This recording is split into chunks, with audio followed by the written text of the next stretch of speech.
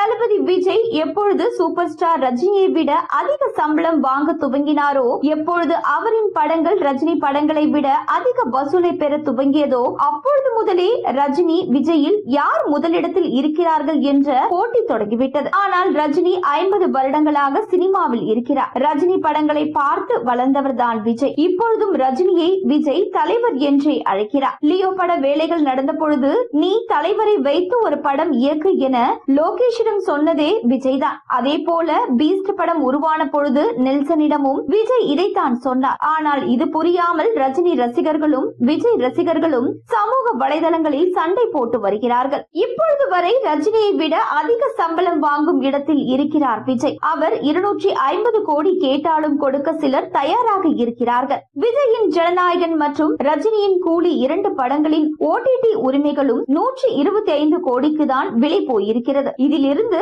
ரஜினி விஜய் என இருவருக்குமே மார்க்கெட்டில் ஒரே வியாபாரம் தான் என்பது தெரிய வருகிறது. தற்பொழுது ஜனநாயகன் படத்தை முடித்துவிட்டு அரசியலில் தீவிரமாக இறங்கியுள்ளார் விஜய். ரஜினியும் தொடர்ந்து முதலிடத்தில் இருக்க வேண்டும் என்றே சுறுசுறுப்பாக இயங்கி வருகிறார். அவரின் கூலி படம் மிகப்பெரிய வரவேற்பை பெற்று வருகிறது. தற்பொழுது எந்த பக்கம் திரும்பினாலும் கூலி பற்றிய பேச்சாகவே உள்ளது. அந்த அளவு இதுவரை தமிழில் இல்லாத எதிர்பார்ப்பு கூலி படத்திற்கு நிலவி வருகிறது. தொடர்ந்து ஹிட் படங்களாக மட்டுமே கொடுத்து வரும் இயக்குனர் லோகேஷ் கனகராஜ் முதல் முறை சூப்பர் ஸ்டார் ரஜினிகாந்துடன் இணைந்திருப்பதால் இந்த படத்திற்கு ஆரம்பம் முதலே எதிர்பார்ப்பு வானளவு இருந்தது. தற்பொழுது படத்தை பல பிரபலங்கள் தியேட்டரில் பார்த்து கொண்டாடி உள்ளனர். தளபதி விஜயும் கூலி படத்தை சைலண்டாக தியேட்டரில் பார்த்து இருக்கிறார். ஏற்கனவே வேட்டையன் படத்தையும் தியேட்டரில் விஜய் பார்த்த வீடியோ இணையதளத்தில் ட்ரெண்ட் ஆனது. எப்பொழுதும் ரசிகர்களுடன் தியேட்டரில் யாருக்கும் தெரியாமல் படம் பார்ப்பதை வழக்கமாக கொண்டுள்ளார் விஜய். கூலி படத்தை பார்த்து மகிழ்ந்துள்ளார். கூலி படம் தமிழ் சினிமாவில் பெருமை சேர்க்கும் என